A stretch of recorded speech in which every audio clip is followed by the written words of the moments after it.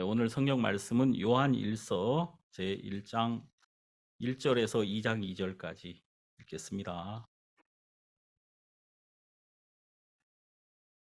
요한 1서 1장 1절부터 읽습니다. 태초부터 있는 생명의 말씀에 관하여는 우리가 들은 바요, 눈으로 본 바요, 주목하고 우리 손으로 만진 바라. 이 생명이 나타내신 바 된지라. 이 영원한 생명을 우리가 보았고 증거하여 너희에게 전하노니 이는 아버지와 함께 계시다가 우리에게 나타내신 바 된 자니라. 우리가 보고 들은 바를 너희에게도 전함은 너희로 우리와 사귐이 있게 하려 함이니 우리의 사귐은 아버지와 그 아들 예수 그리스도와 함께 함이라. 우리가 이것을 쓰면 우리의 기쁨이 충만케 하려 함이로라. 우리가 저에게서 듣고 너희에게 전하는 소식이 이것이니 곧 하나님은 빛이시라. 그에게는 어두움이 조금도 없으시니라. 만일 우리가 하나님과 사귐이 있다 하고 어두운 가운데 행하면 거짓말을 하고 진리를 행치 아니함이거니와. 저가 빛 가운데 계신 것 같이 우리도 빛 가운데 행하면 우리가 서로 사귐이 있고 그 아들 예수의 피가 우리를 모든 죄에서 깨끗하게 하실 것이요. 만일 우리가 죄 없다 하면 스스로 속이고 또 진리가 우리 속에 있지 아니할 것이요. 만일 우리가 우리 죄를 자백하면 저는 미쁘시고 의로우사 우리 죄를 사하시며 모든 불의에서 우리를 깨끗게 하실 것이요. 만일 우리가 범죄하지 아니하였다 하면 하나님을 거짓말하는 자로 만드는 것이니 또한 그의 말씀이 우리 속에 있지 아니하니라. 2장 1절 나의 자녀들아 내가 이것을 너희에게 쓰면 너희로 죄를 범치 않게 하려 함이라. 만일 누가 죄를 범하면 아버지 앞에서 우리에게 대언자가 있으니 곧 의로우신 예수 그리스도시라. 저는 우리 죄를 위한 화목제물이니 우리만 위할 뿐 아니요 온 세상의 죄를 위하심이라. 2장 2절까지 읽었습니다. 여러분 우리가 예수 안에 있다. 또 그리스도로 말미암아 하나님 앞에 당당히 설 수 있다. 또 우리가 우리 양심으로 정말 우리가 우리 마음 밑바닥에서 하나님을 생각할 때 기쁨이 이렇게 솟아오르고 있다. 이것은 정말 하나님이 우리 인간에게 주신 가장 큰 축복입니다. 이게 이제 믿음의 결국 곧 영혼의 구원을 받음이라. 그러니까 나의 영혼이 죄에서 온전히 구원함을 받아서 내가 예수 안에 있다는 것은 우리가 가질 수 있는 가장 크고 놀라운 마음이죠. 여러분 우리가 구원의 확신이라는 거 있잖아요. 내가 구원을 확신한다. 이게 얼마나 위대한 말인 줄 아십니까? 내가 구원을 이 말을 아무도 못했어요. 아무도. 그 중세 유럽 캐톨릭 시대에는요. 나는 구원을 확신한다. 이 말을 아무도 못했어요. 1517년도 10월 달에 마틴 루터가 이제 비텐베르크 성당 게시판에 이제 다 못을 박았어요. 그 게시물을. 95개 항목의 게시물. 그게 뭐냐면 우리는 우리의 죄는 예수의 피로만 씻어지는 거지 면죄부를 사서 죄를 씻는 것이 아니다. 오직 우리 죄는 예수의 피로만 씻어진다. 이거를 이야기한 거예요. 1517년도에. 그랬더니 이제 막 많은 사람들이 야, 그래 루터 말이 맞아. 그러면서 이제 많은 사람들이 성경을 읽게 된 거지. 그래서 이제 마틴 루터가 한 일이 성경을 독일어로 번역한 겁니다. 그래서 사람들이 직접 성경을 읽을 수 있도록 그렇게 한 거예요. 마틴 루터가 갑자기 성경을 막 독일어로 번역을 하기도 하고 또 우리가 믿음으로만 구원받는다 이 말을 하니까 캐톨릭에서 이걸 또 반박하기 위해서 그 1545년도에 이 트렌트 공의회라는 그 공의회를 열었어요. 캐톨릭의 공의회입니다. 이게 왜 이 회의를 열었냐면은 마틴 루터의 이 구원의 확신을 반박하기 위해서. 그거 아니야. 마틴 루터 그거 잘못됐어. 그래가지고 그 트렌트 공의회에서 뭐라고 말했느냐면은 우리는 절대 구원의 확신을 가질 수 없다. 이렇게 문서에 그걸 써놨어요. 야, 진짜. 그리고 만일 구원의 확신을 가졌다고 말하는 사람은 저주를 받을지어다. 이렇게 이렇게 문서에 캐톨릭 문서에 그걸 써놔. 그게 캐톨릭의 입장이었단 말이에요. 근데 우리는 여러분 우리는 구원을 확신하고 여러분들은 구원을 받았다 이렇게 말할 수 있습니까 없습니까? 있잖아요. 캐톨릭으로 치면은 저주받는 거예요 그게. 근데 정말 우리가 마음으로 이런 확신을 말할 수 있다는 게 얼마나 이게 감사한 일입니까?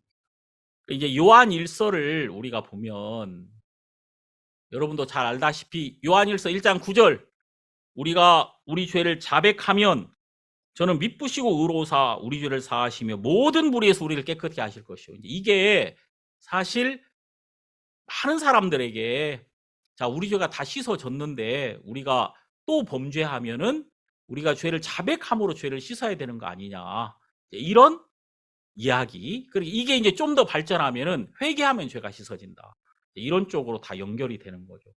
이게 좀 더 발전하면은 우리 죄는 예수의 피로만 씻어야 되는 것이 아니라 예수의 피가 우리 죄를 씻기도 했지만 우리가 구원받은 이후에 우리의 죄는 우리 죄를 낱낱이 고백함으로 죄를 씻는 것이다. 이렇게 막 연결이 되는 거예요. 이렇게 연결이 되어서 이것이 현재 많은 그 교회들, 정말 많은 교회들이 이런 생각을, 이런 주장을 가지고 있기 때문에 정말 많은 사람들이 여전히 죄에 매여 있고 여전히 죄에게 묶여 있는 자기 자신을 스스로 인정하고 있는 것이거든요. 그러니까 이제 사람들 마음속에 정확한 구원의 확신이 없는 거죠. 이렇게 이제 자꾸 마귀가 이 진리를 훼손시키고 또 진리를 허물어뜨리고 또 진리를 방해하고 또 우리가 그리스도 예수의 피로 누리는 이 영광스러운 자유를 누리지 못하게 하고 있는 것을 보게 됩니다. 자, 여러분, 요한 1서는 왜 기록되었느냐? 자, 여러분, 요한 1서를 기록한 목적은 무엇입니까? 자, 목적 한번 봅시다. 3절, 자, 1장 3절을 보면 우리가 보고 들은 바를 너희에게도 전함은 너희로 우리와 사귐이 있게 하려 함이니. 자, 여러분, 이 편지를 쓴 목적은 사귐이 있는 것입니다. 자, 이게 어떤 사귐이냐? 우리의 사귐은 아버지와 그 아들 예수 그리스도와 함께 함이라. 그러니까 여러분, 하나님과 예수 그리스도와 우리가 함께 하는 자가 되었다는 것입니다. 자, 여러분, 우리가 하나님과 함께 하면 정말 겁날 게 뭐가 있습니까? 우리 많은 사람들이 왕의 곁에 어떻게 하든지 가까이 가려고 하잖아요. 권력 투쟁 정말 대단하죠.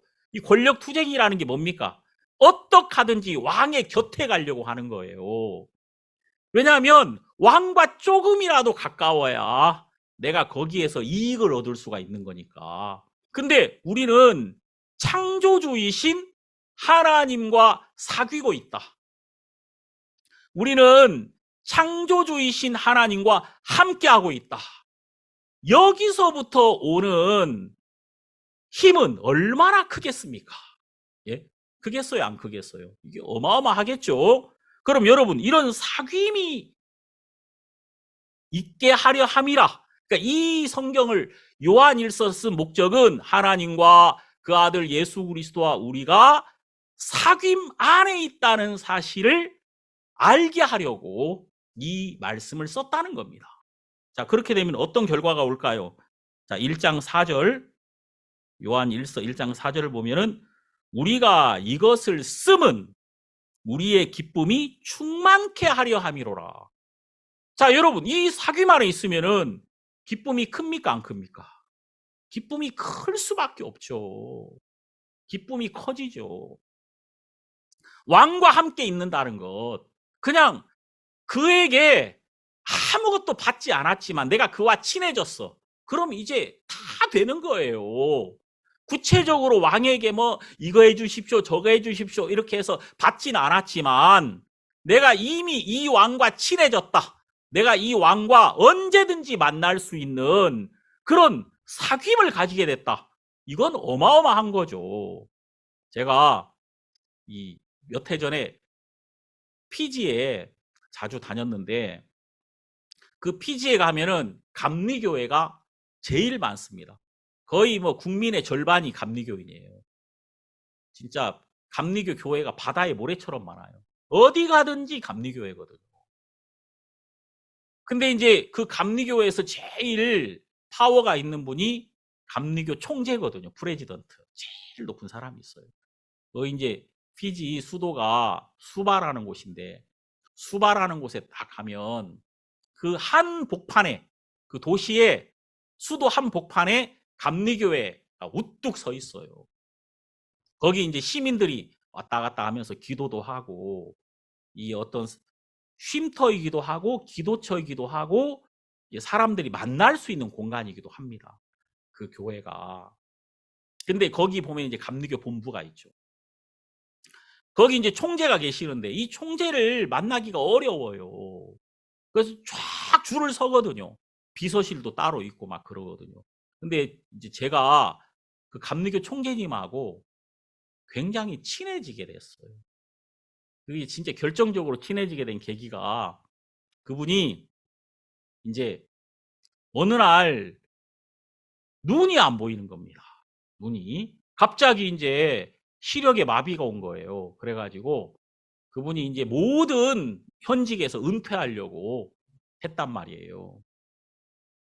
근데 이분이 이제 한국에 왔어요. 눈을 좀 고치려고. 왜냐면 피지에서는 길이 없는 거죠. 왔는데 이제 다 왔는데 제 동생이 눈을 이렇게 봤어요. 봤는데 저한테 뭐라 하는 줄 아십니까? 동생이 형 빨리 안수해요 그러더라고 나한테. 이 총재님에게 빨리 안수하라고. 참 형은 운이 좋다고. 왜냐하면 이분이 지금 마비가 왔다가 지금 마비가 풀릴 때쯤 돼가지고 우리 병원에 온 거라고. 빨리 안수하라고. 그래가지고 이제 이분이 하여튼 다행히 그 병원에 왔다 가서 눈이 풀렸어요. 그래가지고 좋아졌단 말입니다. 아유, 그래서 그분이 진짜 너무 어린애처럼 막 좋아하더라고요.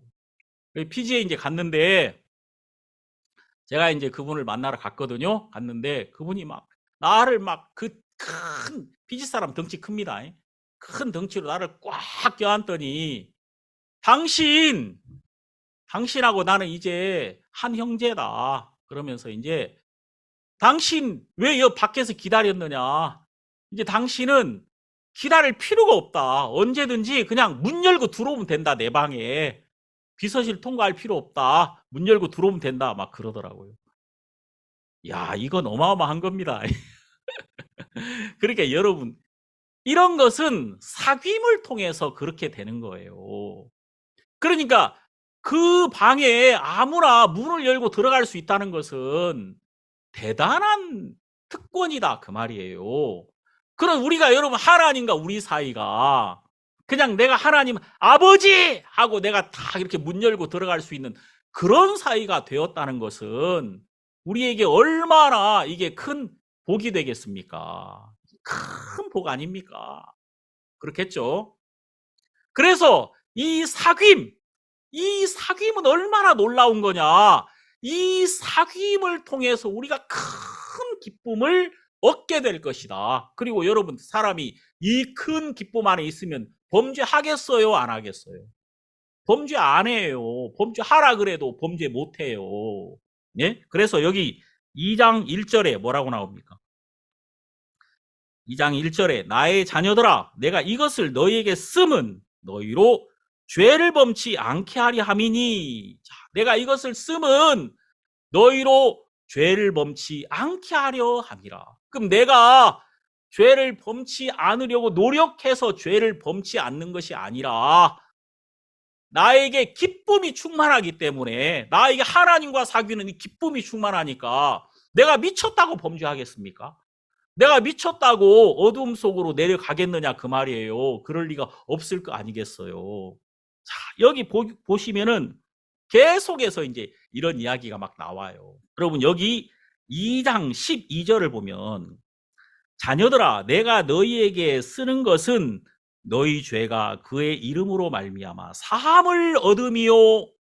참, 여러분, 여기 네가 네 죄를 사하려고 노력해라, 네가 네 죄를 씻어라, 그게 아니라 너는 이미 죄를 사함을 입은 자다 그 말이에요.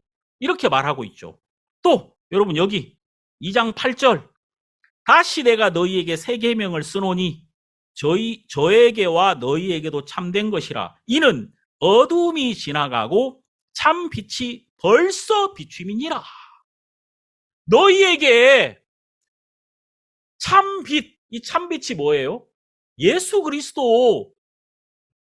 여러분, 이 요한복음을 쓰신 분하고 요한 1서를 쓰신 분은 똑같은 분입니다.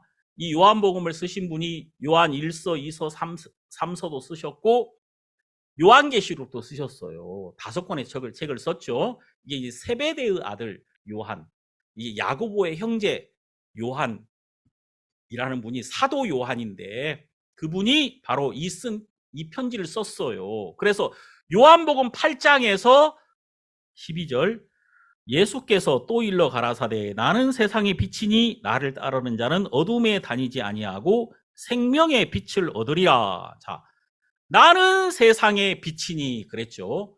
그래서 이 빛을 비추니까 모든 어두움이 물러가더라. 심지어 간음중에 잡힌 여자가, 그 여자가 인생에서 가장 비참한 가운데 있었다 그 말이에요.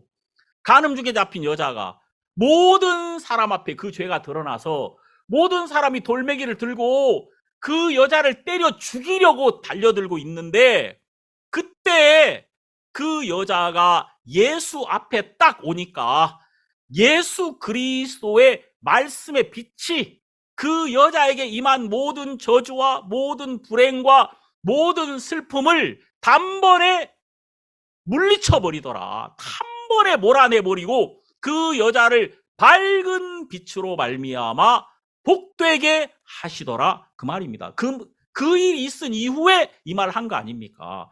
여기 요한복음 8장 12절이 바로 그 일이 있고 난 이후에 나는 세상의 빛이다. 나를 따르는 자는 어두움에 다니지 아니하고 생명의 빛을 얻으리라. 예수에게 온 자는 그 예수의 빛을 받아들임으로써 그도 빛을 가진 자가 된다 그 말이에요. 그거 당연하겠죠. 여러분, 내가 예를 들어서 빛을 받으면 내 얼굴이 더 빛나는 거 아닙니까? 내가 이 빛을 받았기 때문에 내 얼굴이 더 빛나는 거예요. 자, 그런 것처럼 예수 앞에 오는 자는 예수의 빛을 얻게 되는 거예요. 예수의 빛으로 그가 살 수 있게 된다 그 말입니다. 요한 1서 2장 8절에 보니까 어둠이 지나가고 참빛이 벌써 비춤이니라. 지금 여기서 계속 뭘 강조하고 있습니까? 이미 이렇게 되었어. 이걸 강조하고 있죠. 이미 이렇게 되었어. 자, 여기 2장 13절 아비들아 내가 너희에게 쓰는 것은 너희가 태초에 계신 이를 알미요. 청년들아 내가 너희에게 쓰는 것은 너희가 악한 자를 이기었음이니라. 자, 청년들아 너희는 악한 자를 이미 이겼어. 그럼 여러분, 많은 사람들이, 청년들이 청년의 정욕에 늘 이끌릴 거 아니에요. 그리고 청년들이 사실 근심이 많고 힘든 일들이 많잖아요. 그들은 항상 나는 왜 매일 지냐? 왜 나는 악한 자에게 왜 이렇게 끌려다니냐? 왜 나는 이렇게 악한 자에게 늘 이렇게 번번이 질 수밖에 없는 이 모양이지? 이런 생각을 하고 있을 거란 말이에요. 그런 청년들을 향하여 뭐라고 말하냐면, 너희는 이미 악한 자를 이겼음이라. 너 이겼어. 너 이긴 자야. 이렇게 말씀하고 있다 그 말이에요. 자, 또 요한일서 5장 13절, 이 결정적인 말씀입니다. 내가 하나님의 아들의 이름을 믿는 너희에게 이것을 쓴 것은 너희로 하여금 너희에게 영생이 있음을 알게 하려 함이라. 내가 너에게 이 편지를 쓰는 목적은 너희가 영생이 있다는 사실, 너희 안에 영생이 있다는 그 사실을 너희로 알게 하려 함이라. 자, 이게 굉장히 중요한 이야기예요. 많은 사람들은 내가 예수는 믿었어요. 예? 내가 예수님의 피로 죄는 씻어졌어요. 내가 의롭게 되었어요. 근데 내가 진짜 어떤 영원한 생명을 얻은 자인가? 나는 영원한 세상 안에서, 천국에서 하나님과 더불어 하나님과 똑같이 영생을 누릴 수 있는 자라는 사실까지는 모르고 있는 사람들이 있었다는 것입니다. 그랬겠죠. 내가 예수의 피로 죄가 씻어진 건 맞는데, 내가 예수의 피로 분명히 의롭게 된 건 맞는데, 내가 예수와 함께 하는 건 맞는데, 나에게 영생이 있다는 것, 내가 영생 안에 있다는 이 사실을 모르고 있는 사람들도 있었다는 거예요. 근데 우리가 이 요한 일서의 말씀을 읽다 보니까, 이야, 나는 영생 안에 있는 사람이구나. 나는 구원의 확신을 가진 사람이구나. 나는 구원을 받은 사람이구나. 나는 죄를 이긴 사람이구나. 나에게는 대언자이신 예수 그리스도가 있으시구나. 이런 사실을 분명하게 확신하게 되더라 그 말입니다. 그래서 요한 1서를 읽다 보면은 어떤 마음이 드냐면은, 야, 예수님 한 분으로 충분하구나. 예수님 한 분으로 우리는 넉넉히 이기는구나. 예수 안에 모든 것이 있구나. 예수의 피로 우리는 어떤 근심이나 이 세상에 우리가 만나는 어떤 슬픔에서도 넉넉히 벗어날 수 있는 것이구나. 예수 그리스도의 피로서 우리가 담대하게 하나님 앞에 설 수 있구나. 우리가 그를 믿음으로, 그의 이름으로 무엇을 구하든지 하나님께서 우리의 기도를 들으시는구나. 이런 사실을 알게 되는 거죠. 자, 여기 보면은 요한일서 5장 14절. 그를 향하여 우리의 가진 바 담대한 것이 이것이니 그의 뜻대로 무엇을 구하면 들으심이라. 그를 향하여 우리의 가진 바 담대한 것 이것이니 그의 뜻대로 무엇을 구하면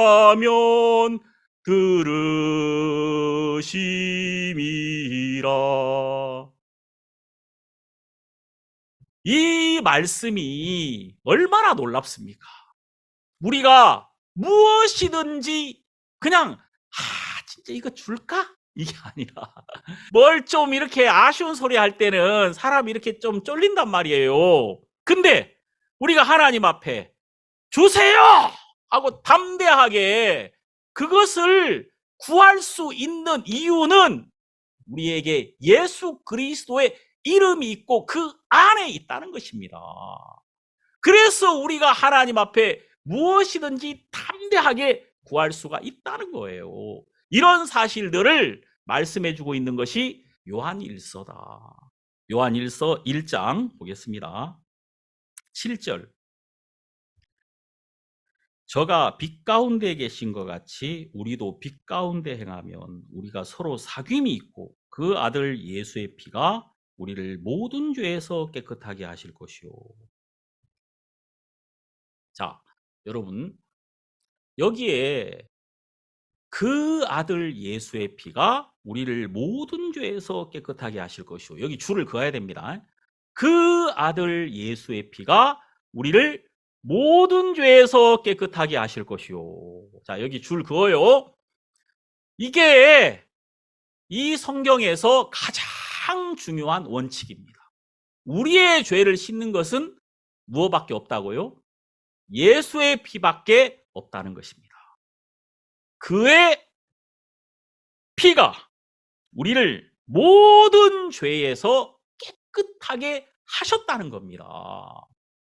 이것 외에는 죄를 씻는 다른 길이 없다는 거예요. 우리 찬송가에 있는 것처럼 나의 죄를 씻기는 예수의 피밖에 없네. 나의 죄를 씻기는 예수의 피밖에 없네. 그거 외에는 다른 게 없단 말이에요. 우리 히브리서 9장 22절에 율법을 쫓아 거의 모든 물건이 피로써 정결케 되나니 피 흘림이 없은즉 사함이 없느니라. 자, 오직 그리스도의 피만이 우리 죄를 씻는 능력이 될 수 있다는 겁니다. 자, 근데 마귀는 어떻게 하든지 이것을 훼손시키려고 그리스도의 피가 우리에게 이렇게 능력으로 이런 엄청난 자유를 우리에게 허락하셨다는 이 사실을 훼손시키려고 하고 있다 그 말이에요. 그래서 많은 사람들이 죄를 범할 때 그리스도의 피로 담대하게 나가면 자유를 얻어버리고 그 죄에서 해방돼 버리거든요. 내가 줄에 묶여있는 상태에서 그것을 이기려고 막 노력하는 거하고 그 줄을 끊어버리고 내가 이 나를 묶인 데서 자유롭게 되는 거하고 어느 것이 더 내가 자유롭게 하나님을 섬길 수 있는 일을 하겠느냐. 예수 그리스도의 보혈이 한 일이 뭐냐면 우리를 죄에서 해방시켰다는 것입니다. 내가 그 죄 안에 있으면서 죄를 안 지으려고 노력하는 것이 아니라 그 죄라는 세력, 죄라는 울타리에서 완전히 나를 해방시켜서 벗어나게 해서 그 자유, 그 해방으로 말미암은 기쁨이 우리가 하나님을 섬길 수 있게 그렇게 만들어 주는 거예요.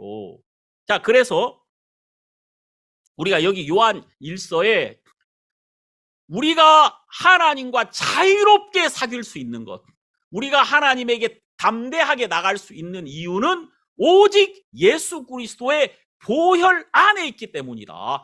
그러니까 그 근거가 우리가 하나님 앞에 담대할 수 있는 그 근거가 뭐냐면 오직 예수 그리스도의 보혈이다 그 말입니다.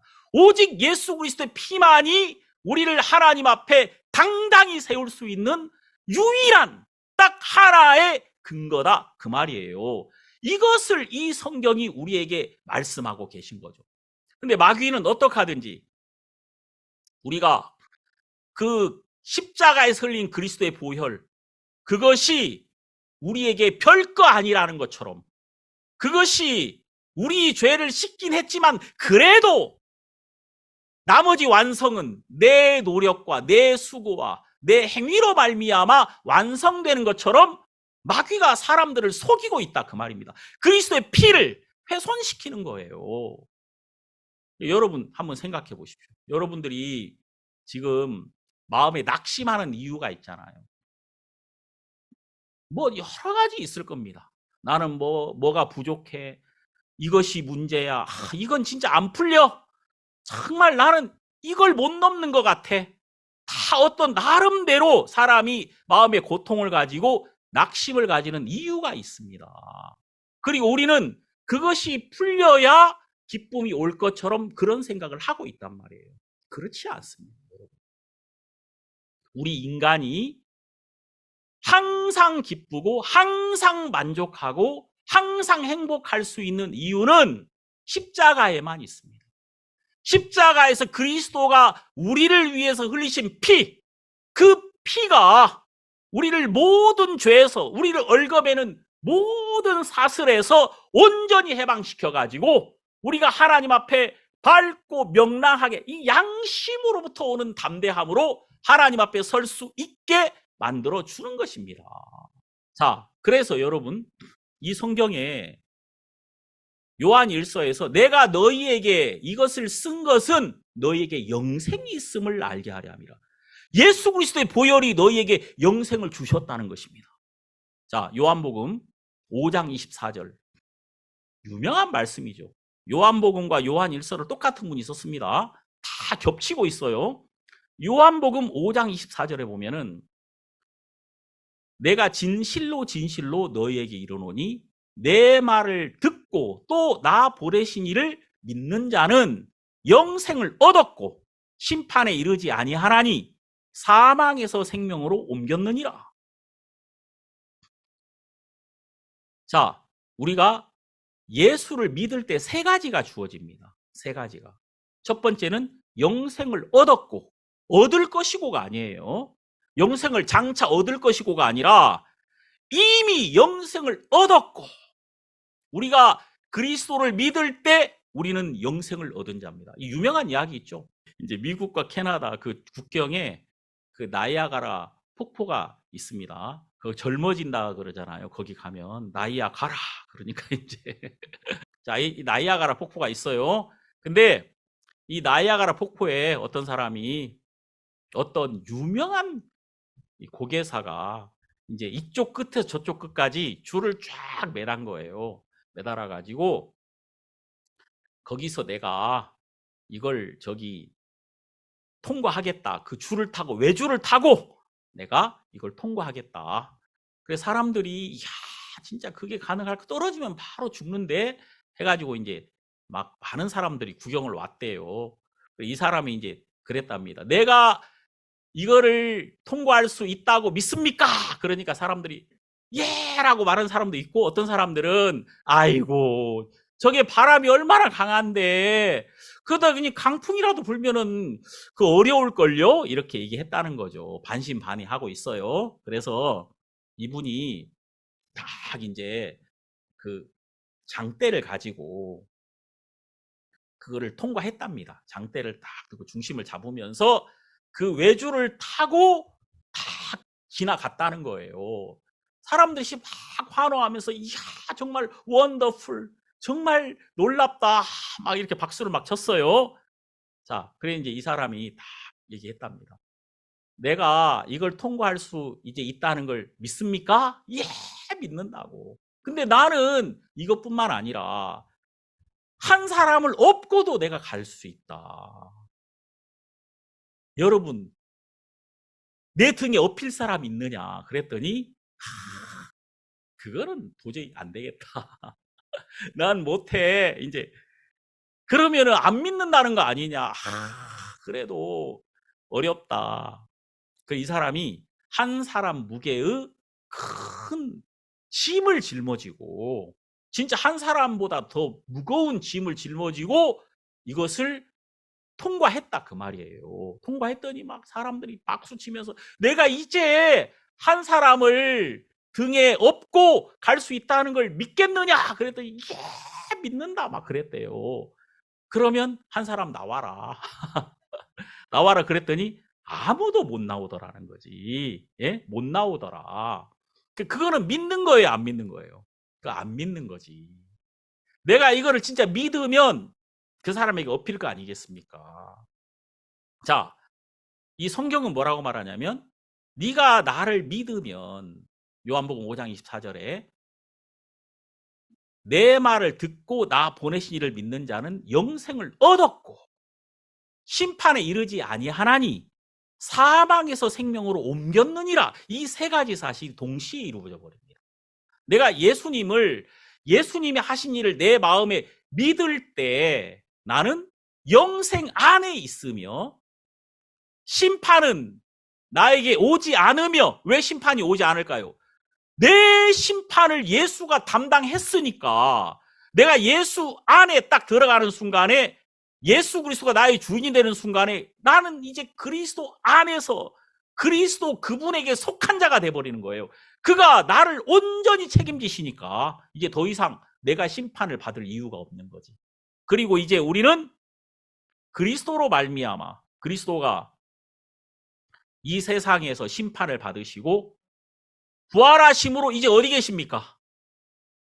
부활하심으로 이제 하나님 우편에 계시잖아요. 그러니까 내가 그리스도 안에 있는 자라면 나도 그 안에서 이제 하나님 우편에 있는 자가 되었다 이 말입니다. 내가 그 안에 있으니까 이제 나는 사망에서 생명으로 옮긴 자가 된 것입니다. 내가 영생 안에 있구나. 내가 구원의 확신을 가진 사람이구나. 나는 절대 나에게 어떤 심판도 오지 않겠구나. 어떤 심판도 오지 않는다는 것은 나는 그리스도로 말미암아 온전히 건짐을 받은 자가 되었다는 사실이 그 속에 큰 기쁨으로 막 샘솟음 치고 있는 것이죠.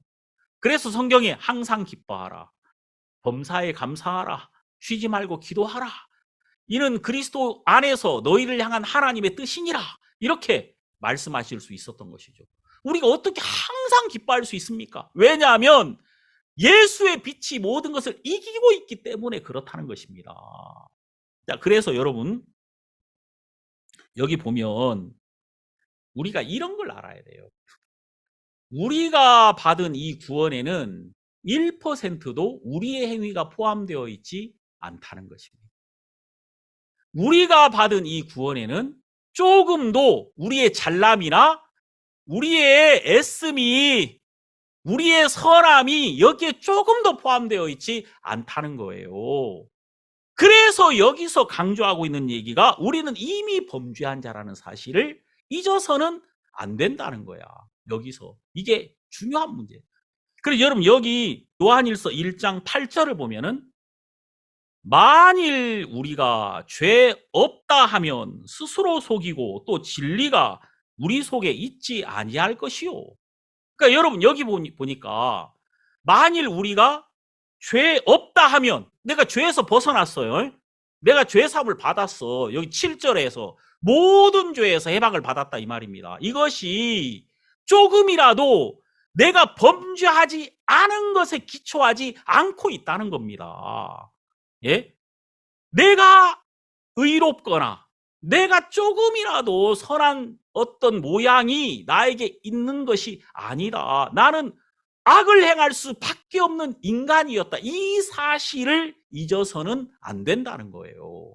그러니까 우리의 이 구원의 기초가 우리가 하나님 앞에 이렇게 감사하고 행복할 수 있는 이 기초가 오직 그리스도의 피에게만 있는 것이지 내가 죄를 범치 않은 내가 선을 행한 여기에 있지 않다는 거예요. 그래 그걸 지금 요한 일서가 강조하고 있는 거예요. 내가 하나님 앞에 모든 죄에서 나는 벗어났는데 내가 잘한 것이 하나도 없다는 겁니다. 여기 그래서 8절에 만일 우리가 죄 없다 하면 스스로 속이고 또 진리가 우리 속에 있지 아니할 것이요. 9절 만일 우리가 우리 죄를 자백하면 자 만일 우리가 우리 죄를 자백하면 이게 뭐예요? 내가 내 죄를 인정해야 된다 그 말이에요. 나는 범죄할 수밖에 없는 인간이라는 것. 나는 하나님을 대적한 인간이라는 것. 나는 하나님을 회방한 인간이라는 것을 인정해야 된다는 겁니다. 나에게는 내가 하나님 앞에 의롭고 거룩하고 온전한 이유는 조금도 나로 말미암지 않았다. 이것은 오직 예수 그리스도의 공로로만, 예수 그리스도의 피로만, 예수 그리스도의 은혜로만 나는 구원을 받은 것이다. 이것을 분명하게 해야 된다. 그래서 여기 9절에 여러분 여기 7절과 9절은 이게 같은 이야기입니다. 7절에 하고 있는 이야기를 9절에 한 번 더 하고 있는 거예요.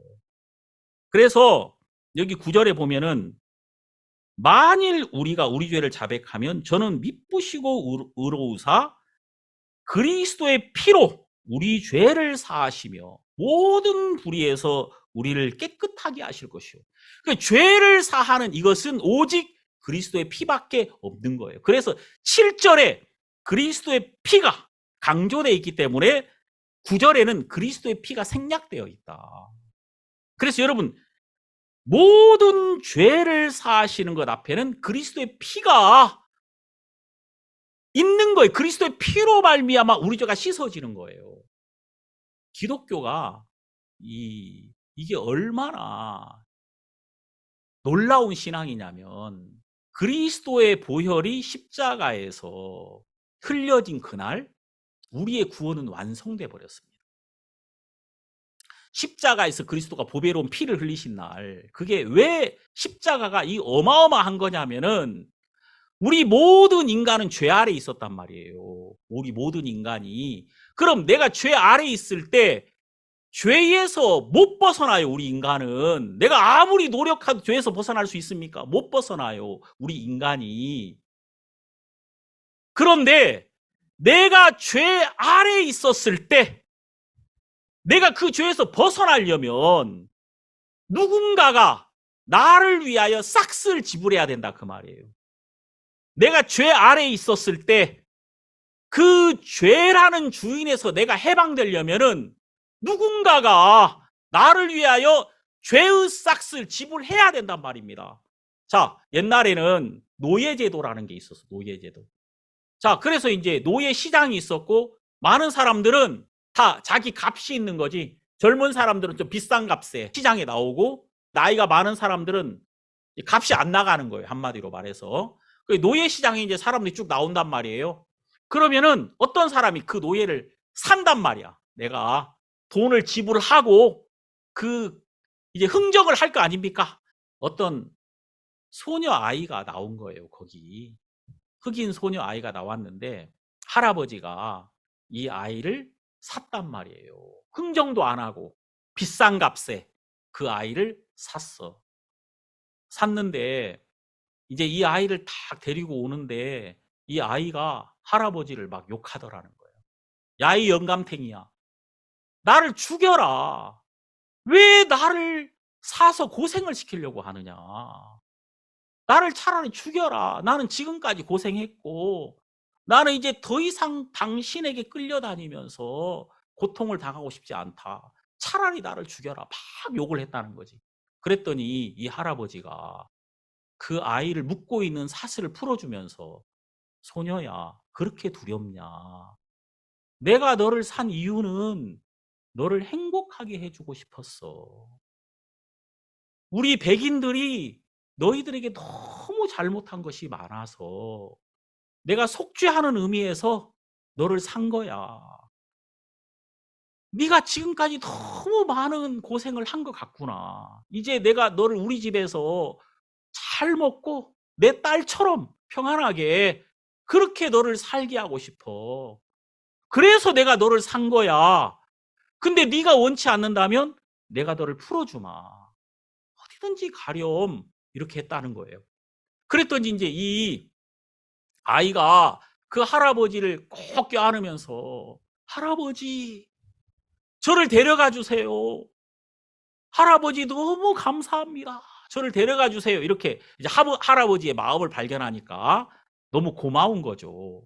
그러니까 이 아이가 진정으로 자유를 누리려면은 그 할아버지 안으로 들어와야 된다 그 말이에요. 이것이 그리스도의 구속이거든요. 그리스도의 속량이라는 것은 리뎀션, 구속 속량. 이게 무슨 말이냐면은 값을 지불하고 도로 찾았다는 것인데 우리가 죄 아래 있었을 때 우리의 노력과 수고로는 이 죄에서 벗어날 수 없었기 때문에 그리스도의 보배로운 피가 흘려진 날, 다시 말해서 죄의 싹시 지불된 날, 그리스도께서 여러분과 저를 위하여 죄의 값을 십자가에서 직접 지불하셨다는 것입니다. 그의 피를 흘리심으로 그의 모든 피를 다 땅바닥에 쏟아버리심으로 여러분과 저의 죄의 값을 지불하셨던 거예요. 그럼 죄값이 지불된 날 어떤 일이 벌어집니까? 우리는 저분이 지금 싹스를 지불한 게 나의 죄의 값을 지불했구나라는 걸 내가 발견하게 되면은 나는 즉시로 나의 죄의 싹스를 지불한 사람의 것이 되어버리는 거예요. 이게 한 2,000불 되는데 이것을 위하여 내가 싹스를 2,000불이라는 싹스를 지불하면 이것은 그 순간에 내 것이 돼버리는 것처럼 예수 그리스도가 십자가에서 보배로운 피를 흘리신 날, 나의 죄값을 지불하신 그날 나는 바로 그리스도의 것이 되어버리는 것이다 그 말이에요. 그래서 십자가에서 보배로운 피를 흘리신 날 우리는 그리스도의 것이 되었다. 우리가 여러분 이것을 발견했습니다. 복음을 들었을 때. 십자가에서 그리스도가 피를 흘리신 것이 나의 죄값을 지불하신 것이었구나 라는 사실을 내가 발견하게 되었을 때 나는 즉시로 그리스도의 것이 되어버리는 거예요. 그럼 여러분 내가 그리스도 안으로 딱 들어가는 순간에 어떻게 됩니까? 영생을 얻은 거지. 그리스도로 말미암아. 그래서 내 말을 듣고 나 보내시를 믿는 자는 영생을 얻었고 심판에 이르지 아니하나니 사망에서 생명으로 옮겼느니라. 내가 이것을 믿는 그 순간에 우리는 생명 안으로, 예수 안으로, 이제 영생 안으로 옮겨진 자가 된 거예요. 딱 여러분 옮겨진 자가 되면 이제 어떻게 됩니까? 우리는 그리스도의 공급하신 힘으로 말미암아 세상을 이기며 죄를 이기며 또 하나님의 모든 것을 상속받을 수 있는 이런 놀라운 하나님의 은혜 안에 머물러 있게 되는 것이죠. 그래서 여러분 여기 요한 1서에 이렇게 말합니다.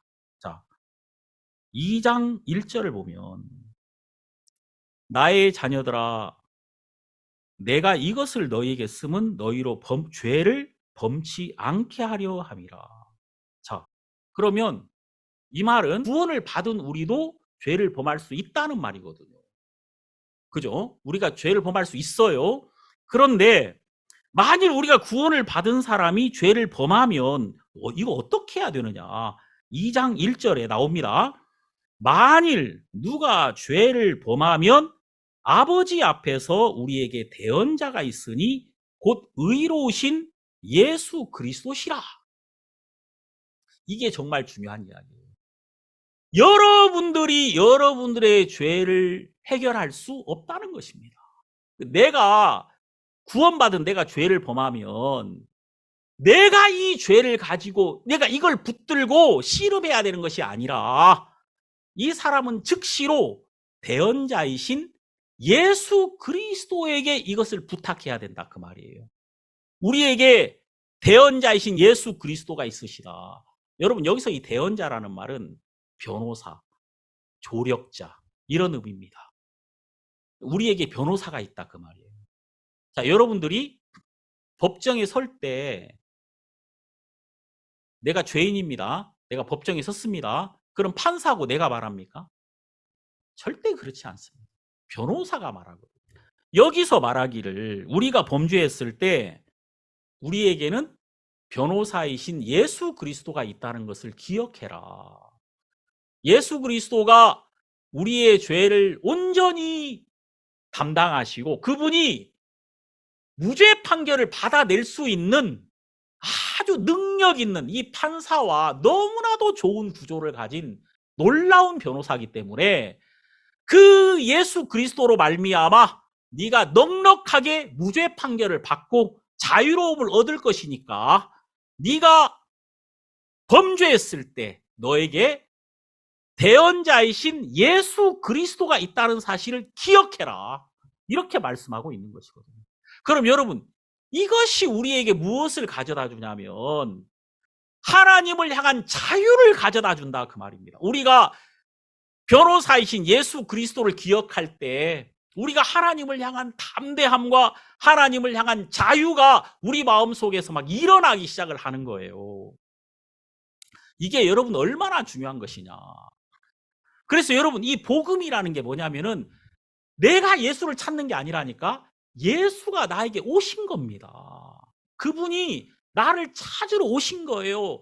그래서 내가 버려진 그 자리에 내가 상처받은 그 자리에 그리스도가 오신 겁니다. 근데 이제 문제는 그리스도가 이미 오셨는데 우리는 항상 우리 마음속에 상처가 있으니까 나를 고쳐주러 오신 그리스도를 향하여 그리스도가 오셨음에도 내가 그를 받아들이지 않고 있다는 겁니다. 근데 이제 어느 순간에 우리가 정말 내가 이 세상에 아무런 소망이 없을 때 가장 가장 외로운 자리에 딱 섰을 때 그 가장 외로운 나를 유일하게 기다리신 한 분을 만나게 되는 거예요. 그 자리에서 이게 예수님이시구나. 예수님이 이 세상에서 가장 외로운 나에게 유일한 벗으로 기다리고 계셨구나. 이분이 이런 사실을 내가 발견하게 되는, 마치 간음 중에 잡힌 여자가 모든 사람에게 다 버려지고 사람들이 다 욕하고 진짜 막 무자비한 욕을 하고 돌멩이를 들고 다 이 여자를 쳐 죽이려고 하는데 이 여자가 모든 사람에게 버려져서 딱 떨어진 곳이 예수 앞이었다 이 말이에요. 예수와 곧 그 가운데 섰는 여자만 남았더라. 이 여자가 예수 앞에 있는 나를 발견한 거죠. 그 모든 사람에게 다 버려진 그 자리가 예수 앞에 있는 자리였다.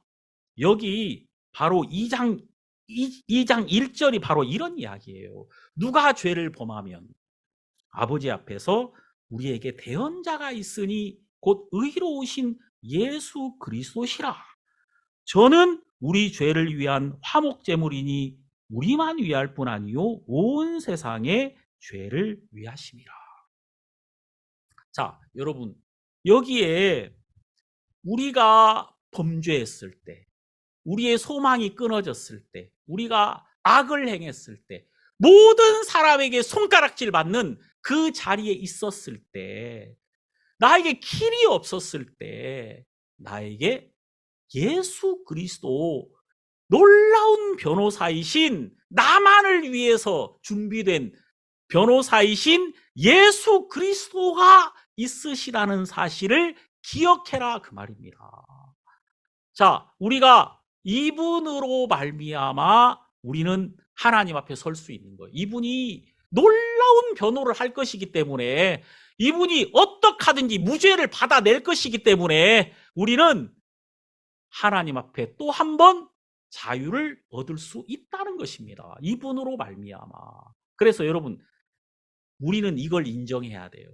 내가 하나님 앞에 설 수 있는 것은 1%도 나로 말미암지 않았다는 것. 나는 이미 범죄한 자라는 것. 나는 악을 행한 자라는 것. 그러나 오직 대언자이신 예수 그리스도, 그리고 그분이 세상을 이겼고 그분이 우리 죄를 씻었으므로 우리는 그분으로 말미암아 이렇게 하나님 앞에 희망을 가질 수 있으며, 어떤 상황에서든지 우리가 희망을 가질 수 있게 되는 것입니다. 저는 정말 우리 모든 성도님들에게 예수 그리스도 한 분 안에서 우리는 다 만날 수 있다.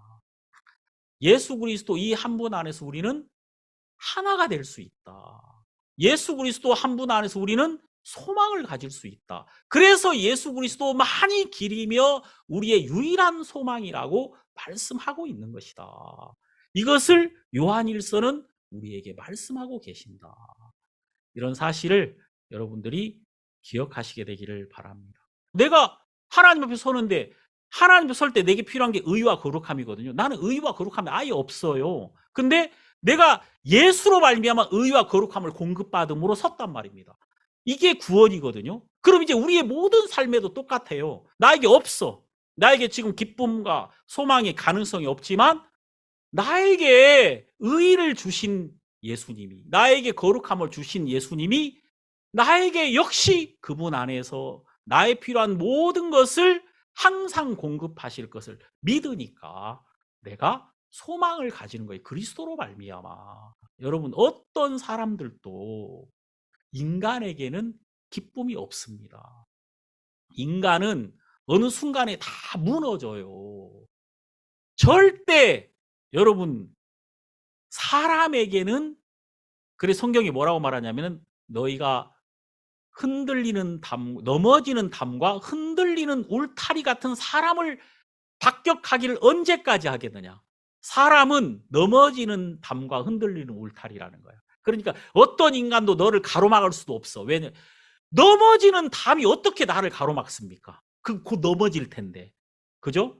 그러니까 이 인간은 나를 두렵게 할 사람도 없고 인간은 나를 지켜줄 사람도 없다 그 말이에요. 인간은 넘어지는 담과 흔들리는 울타리다 그 말이에요. 그래서 나는 누구 때문에 안 되겠다 그런 말 하지 말라 그 말이야. 누구 때문에 그 누구 때문이라는 그 인간 별거 아니야. 곧 넘어질 거야 그 사람. 그 넘어지는 담장이야. 금방 넘어져. 그래서 어떤 인간도 너를 두렵게도 못하고 너를 돕지도 못해. 그러니까 사람에게 의지하지 말고 하나님에게 소망을 두어라 그 말입니다. 여러분의 소망이 하나님에게만 있게 되기를 바랍니다. 기도하겠습니다. 하나님 아버지 고맙습니다. 우리를 죄에서 구원하시고 우리에게 영원한 생명이 되신 것을 감사드립니다. 내가 하나님의 아들의 이름을 믿는 너희에게 이것을 쓰면 너희에게 영생이 있음을 알게 하려 합니다. 정말 우리에게 영원한 생명이 있으며 그 안에 우리가 있다는 것이 감사합니다. 우리 모든 성도님들 마음으로 감사하고 하나님께 영광을 돌리게 하시며 매일매일 그리스도 안에서 우리의 대언자이신 예수님을 힘입어 하나님 앞에 담대히 서게 하소서. 우리 주님께 감사드리며 예수님 이름으로 기도드립니다. 아멘.